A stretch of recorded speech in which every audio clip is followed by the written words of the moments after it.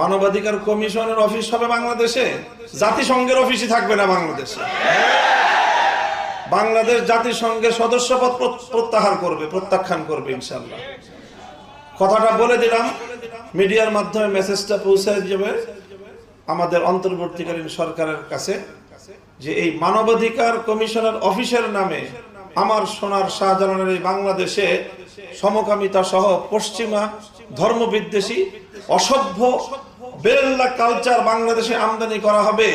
কারবালা হবে, কারবালা, আক্ষরিক অর্থেই কারবালা হবে। আমি কারবালা বললে অনেকে বলে যে কারবালায় তো মুসলমানদের পরাজয় হয়েছিল। কারবালায় মুসলমানরা পরাজিত হয় নাই। মুসলমান শহীদ হইলেই পরাজিত হয় না। মুসলমান ইমাম হুসাইন কারবালায় পরাজিত হন নাই, বরং শাহাদাতের মধ্য দিয়ে কিয়ামত পর্যন্ত ইয়াজিদের কবর রচনা করে গেছেন। শাপলা চত্বরে